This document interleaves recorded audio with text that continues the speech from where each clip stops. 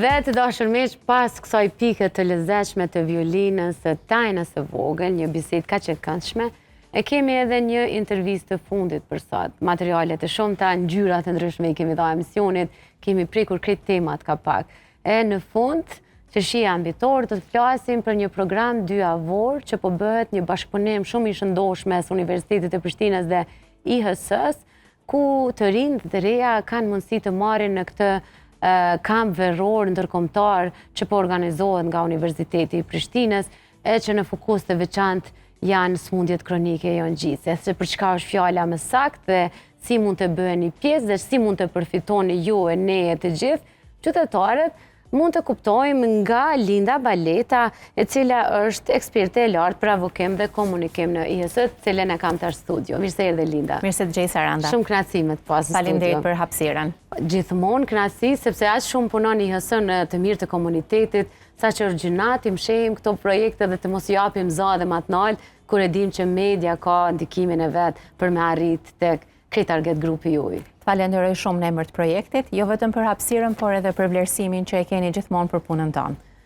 Ku mos kemi kur po bëhet një punë kaq e mirë edhe në këto sëmundjet kronike jo ngjitse që dashëm apo s'dashëm jetojnë me neve, na adaptohemi kur i kemi ato, por që duhet edhe komunitetit i adaptojnë në mënyrën më të mirë të mundshme që kërkujt mos t'i pengojë në trajtimin e sëmundjes së tij dhe të saj. Në të tillë mision e keni edhe këtë organizim. Po, në fakt projekti IHS, që në Shqip është shërbimet shëndetësore të integruara si një nismë e përbashkët e qeverisë së Zvicrës me Ministrinë e Shëndetësisë së Kosovës, fokusin kryesor të punës vete ka tek sëmundjet kronike jo ngjitse, si për shembull diabeti, sëmundjet kardiovaskulare, hipertensioni dhe të tjerë. Dhe arsyeja për cilën unë jam sot këtu është për të folur për një aktivitet të ri që zhvillohet për herë të parë dhe që e kemi titulluar Laboratori i politikave shëndetësore në Kosovë. Leadershipi në sëmundjet kronike jo ngjitse. Një emër shumë i mirë sepse kemi shumë sëmundje kronike me cilat jetojmë, po unë të doja shumë të dija pse vendoset me kriju këtë program dhe pse pikrisht me kampin veror ndërkombëtar.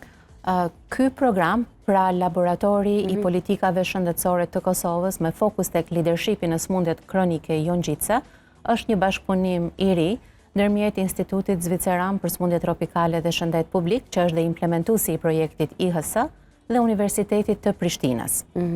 Në kuadër të Universitetit të Prishtinës, sikurse e dini, çdo vit organizohet Universiteti Veror Ndërkombëtar i Prishtinës, që sjell student nga e mbar bota.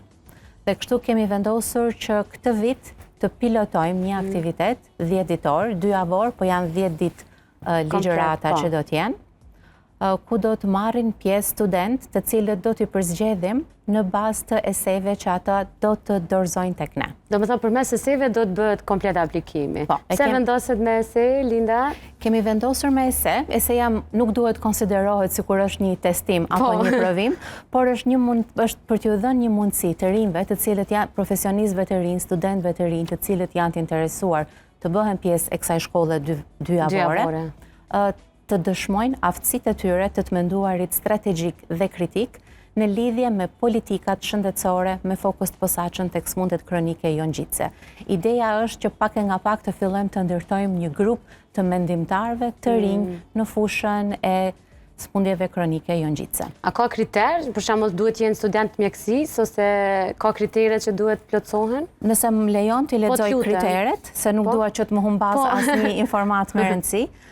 Thrasim studentët, të cilët janë studentë nivelit master, doktoratur, të sapo diplomuar, apo edhe profesionistë të rinj që të aplikojnë me një ese. Ata nuk do të thotë patjetër të vinë nga mjekësia, sepse ky është një program multidisiplinar. Domethënë janë të ftuar të marrin pjesë studentë që vinë nga juridiku, nga ekonomia, nga shkencat të dhënave, psikologjia, farmacia, infermieria, komunikimi e të tjerë, sepse vetë programi është i konceptuar i tillë.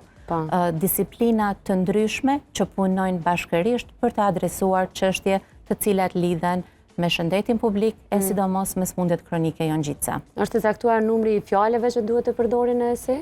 Po, eseja duhet të jetë diku ndërmjet 1000 deri në 1500 fjalë maksimumi, duhet të jetë në anglisht, sepse dhe programi do të ofrohet i gjithë në gjuhën angleze, pasi kemi ligjërues edhe ndërkombëtar edhe vendor.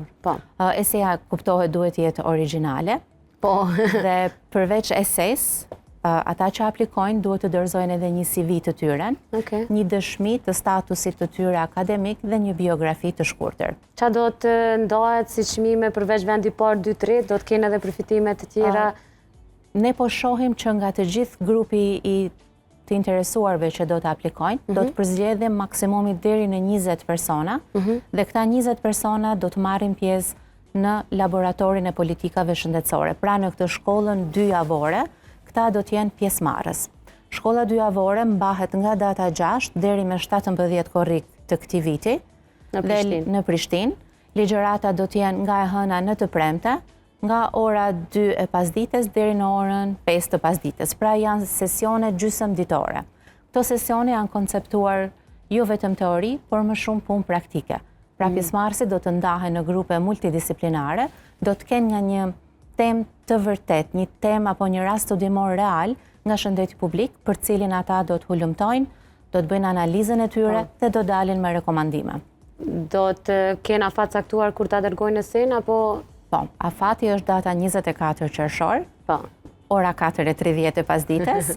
Munden të interesuarit të hyjnë në faqen e Universitetit Prishtinës ose në faqet në rrjetet sociale të projektit IHS. Aty janë pastaj të gjitha detajet dhe adresa e emailit se ku dërgohen eset.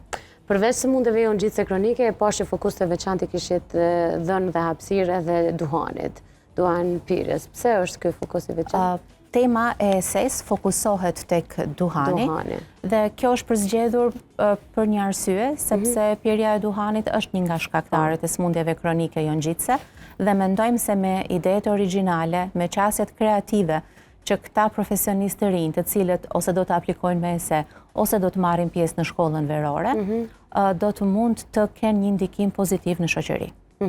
Është interesant, unë do doja esen që fiton ta kem edhe në emision, pse jo me po një shkrim dhe një hulumtim dhe një nxjerrje të esejës që merr çmimin më të mirë në mesin e krejt atyre studentëve. Do të kemi së paku 20 fitues, të cilët pastaj do të ftohen të marrin pjesë në shkollën verore. Dhe patjetër që do të keni kënaqësinë të shikoni talente dhe shkrimet të ndryshme që do t'ju prekin, po besoj edhe me raste konkrete që ata do ndajnë me juve në eset që ata do shkruajnë. Këtë shkollë verore nuk po e konceptojmë si diçka që ndodh vetëm një herë, është hera e parë dhe planifikojmë që të vazhdojmë me organizime të tilla edhe në vitet në vijim. Ideja është, siç e përmendat, krijohet një grup i mendimtarëve të rinj, të cilët me ekspertizën e tyre, me njohuritë e tyre dhe punën që e bëjnë në hulumtime, në analizime, në hartim të politikave, të kontribojnë në shëndetin publik në Kosovë. Mla shumë përshtypje se e keni titulluar Laboratori i Leadershipit të sëmundjeve jo ngjitse. Pse Laboratori i Leadershipit? Sepse kjo shkollë verore nuk do të fokusohet vetëm në teorinë që lidhet me sëmundjet kronike jo ngjitse. Është një program shumë i zgjeruar, shumë interesant dhe multidisciplinar. Aty ata do të mësojnë për avokimin, për analizën e politikave, si shkruhen politikat dhe një theks i posaçëm do t'i jepet fuqizimit të aftësive të leadershipit, sepse dëshirojmë të fillojmë të ndërtojmë një bazë të liderëve të rinj në fushën e shëndetit. Linda, unë po besoj që ata që cilët kanë ende pyetje për rreth aplikimit të esejve dhe rreth komplet pjesëmarrjes, do të mund t'ju shkruajnë edhe në programin IHS, por edhe në faqen e Universitetit Prishtinës, sepse bashkë jeni në këtë mision dhe kanë kohë deri me 24 qershor. Faleminderit shumë që ishe sot me neve. Faleminderit shumë për ftesën. Ishte shumë kënaqësi. Çdo herë jeni të mirëseardhur për shpalosur projektet tuaja. Faleminderit shumë Saranda. Dashur miq, kemi qenë së bashku me Linda Baleten, eksperte e lartë për avokim dhe komunikim në IHS. Gjithë ju student dashur, cilët dëshironi dhe keni në pasionet e juaja të shkruani një ese, të cilën mund ta dërgoni në Universitetin e Prishtinës ose përmes programit të IHS deri më 24 qershor dhe të merrni pjesë në programin 2 javor të organizuar nga të dyja bashk, ku do të marrin pjesë profesorë ndërkombëtarë vendor dhe do të keni mundësi të shkëmbeni njohuri, të ndani rrëfime, pse jo të fitoni në 20 më të mirët e esejve edhe të përfitoni njohuri shtesë rreth sëmundjeve jo ngjitse kronike, ku sidomos do të fokusohen tek duhanpirja si një prej shkaktarëve kryesor të gjitha sëmundjeve kronike. Ky ishte edhe materiali i fundit për sot. Unë ju falenderoj shumë që çdo herë jeni me neve. Ju vazhdoni me qëndru me televizionin Kanal 10 e neve na gjeni 24/7 në të gjitha rrjetet tona sociale, familja jon. Mirëmbëjtje dhe takohemi të dielën e ardhshme.